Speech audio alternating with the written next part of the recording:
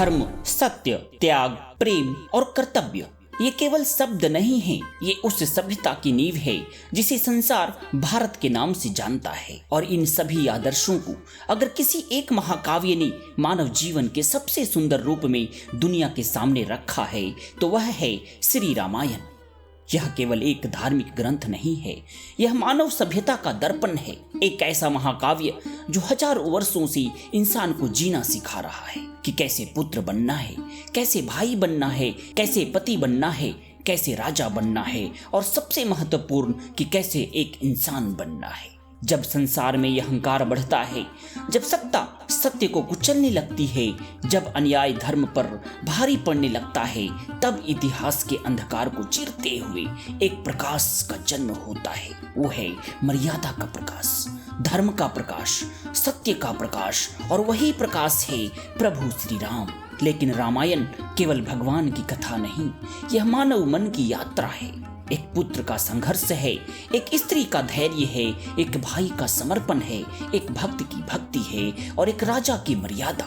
रामायण हमें बताती है कि शक्ति केवल हथियारों में नहीं होती बल्कि चरित्र में होता है। आज का संसार बदल चुका है, तकनीक बदल गई है, सभ्यता बदल गई है, जीवन की रफ्तार बदल गई है, लेकिन इंसान के भीतर के युद्ध आज भी वही है। आज भी मनुष्य लोभ से लड़ रहा है, अहंकार से लड़ रहा है, क्रोध से लड़ रहा है, भय से लड़ रहा है। और इन्हीं अंधेरों में रामायण आज भी एक दीपक की तरह रास्ता दिखाती है। यही कारण है कि रामायण केवल भारत में नहीं पूरी दुनिया में पूजी जाती है। इंडोनेशिया के मंदिरों में, थाईलैंड की कला में, कंबोडिया की दीवारों पर, रसिया के रंगमंच पर और फ्रांस के साहित्य में रामायण आज भी जीवित है, क्योंकि रामायण किसी एक धर्म की नहीं, मानवता की कहानी है।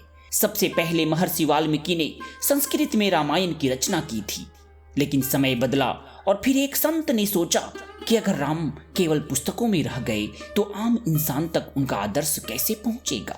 तब गोस्वामी तुलसीदास ने लोक भाषा अवधि में रामचरितमानस को लिखा, ताकि गांव का किसान, साधारण मजदूर, गरीब माँ और आम इंसान भी राम को समझ सके। रामायण की सबसे बड़ी शक्ति यही है कि यह केवल पढ़ी नहीं जाती, जी जाती है।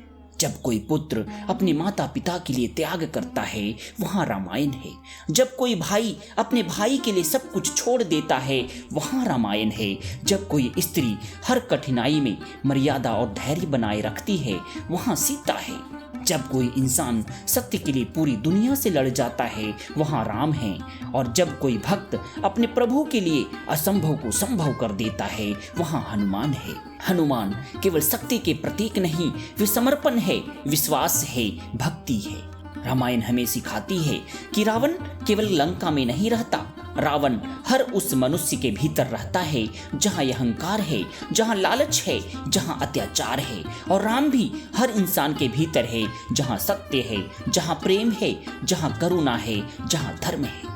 इसलिए रामायण सिर्फ अतीत की कहानी नहीं, यह वर्तमान का मार्गदर्शन है और भविष्य की चेतावनी भी। क्योंकि जब जब संसार में अन्याय बढ़ेगा, जब जब सत्य दबाया जाएगा, जब जब मानवता रोएगी, तब तब किसी न किसी रूप में राम जन्म लेते रहेंगे, क्योंकि सत्य को कभी समाप्त नहीं किया जा सकता। और इसी विश्वास के साथ इस यात्रा में हम आपको लेकर चलेंगे अयोध्या से लेकर लंका तक, वनवास से विजय तक, त्याग से धर्म तक, मानव से मर्यादा पुरुषोत्तम तक। यह केवल कथा नहीं होगी, यह जीवन का दर्शन होगा।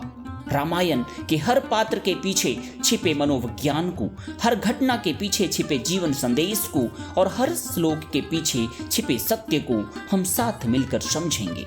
तो आइए और जुड़िए हमारे इस चैनल से और प्रवेश कीजिए श्री रामायण की कथा में, उस अमर महाकाव्य में जिसने हजारों वर्षों से मानवता को रास्ता दिखाया है, जहां अंत में सिर्फ एक ही सत्य गूंजता है, सत्यमेव जयते, सत्यमेव जयते, सत्यमेव जयते।